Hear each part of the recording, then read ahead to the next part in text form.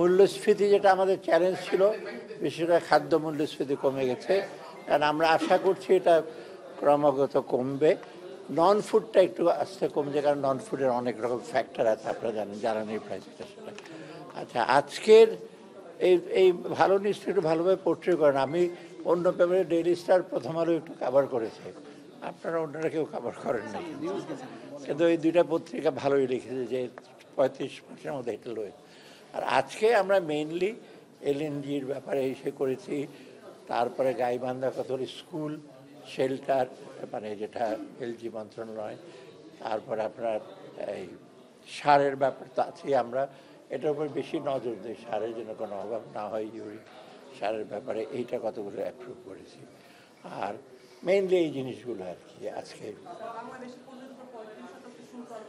আচ্ছা, এইটা আমরা দেখি, আমি এটা তো অফিসিয়ালি আমরা দেখি, চিঠি লিখেছেন। এখন ওইখানে আমাদের বাণিজ্য উপদেষ্টা আছেন, উনি 3 দিন আগে গেছেন, আজকেই কমার্স যাচ্ছে। 8 তারিখে মিটিং, মানে আমাদের ওদের 8 তারিখ মানে কালকে খুব ভোরবেলা। ওই মিটিংয়ের পর আমরা বুঝতে পারবো, কারণ এই যেটা দিয়েছে সেটা ঠিক অফিসিয়াল তো, এটা ইউএসটিআরের সাথে যখন আলাপ করবে উনি ম্যান্ডেটে, এর আগে 3 দিন আগে কথা বলেছে, কালকের পর আমরা বুঝতে পারি সেটা এখন কোনো মতো।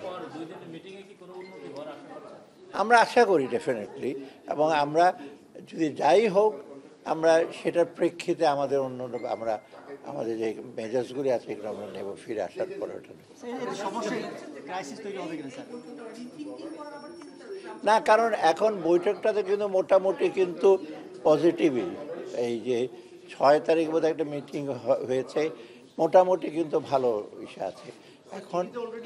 না না, এটা হলো একটা, তার প্রেসিডেন্ট দিয়েছে, কিন্তু 1-to-1 যখন নেগোসিয়েশনটা ঠিক হবে, চিঠিতে বহু আগে দিয়েছে 37%, এইটা আবার 14টা দেশের জন্য বলেছে একই, কিন্তু 1-to-1 নেগোসিয়েশন হবে, সেজন্যই তো ইউএসটিআর এর সাথে কথা বলা, ফাইনাল না। হ্যাঁ, এটা ভালো আছে। আপনারা 3 মাস চেষ্টা করলেন, ভিয়েতনাম চেষ্টা করে তারা 26% কমিয়েছে, বাংলাদেশ কেন মাত্র 2% কমানোর সুযোগ হলো? আপনাদের নেগোসিয়েশনে ভালো না না, নেগোসিয়েশন করতে, কারণ এটা ঠিক যে আমাদের ডেফিসিট মাত্র $5 বিলিয়ন, ভিয়েতনামের 125 বিলিয়ন। ওখানে কিন্তু ওরা মোটামুটি ওরা কনসেশন দিতে মানে ওদের রাজি হয়েছে, কিন্তু আমাদের এত কম ডেফিসিট, আমরা চেষ্টা করছি যে আমাদের এত কম ডেফিসিটে এত বড় এত শুল্ক দেওয়ার তো কোনো জাস্টিফিকেশন থাকে না। কিন্তু ওরা যেটা করছে, ব্ল্যাঙ্কেট কতগুলো করেছে, চায়নার জন্য আলাদা, একেবারে চায়না তো একটা সিঙ্গেল হ্যান্ডেডলি ডিল করে ওরা, আর বাকি এটা দেশে করে, যেটা 14টা দেশ একই বলেছে। 14 দেশের মধ্যে এখন আমরা এটা নেগোশিয়েট করবো।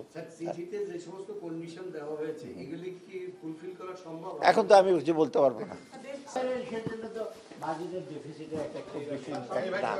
আর আমরা কালেকশন তো এইবার যা হয়েছে মোটামুটি আমি বলছি একেবারে খুব বিরাট গ্যাপ না।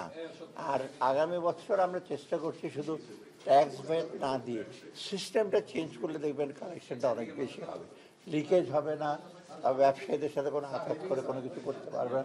অর্থাৎ দেখবেন আমাদের রেভিনিউ পটেনশিয়াল কিন্তু অনেক বেশি, আমরা যেটা ট্যাক্সেবল ক্যাপাসিটি আমাদের কিন্তু বেশ, কিন্তু সেটা আমরা ঠিক ইউটিলাইজ করতে পারি না, এই জন্য রেভিনিউ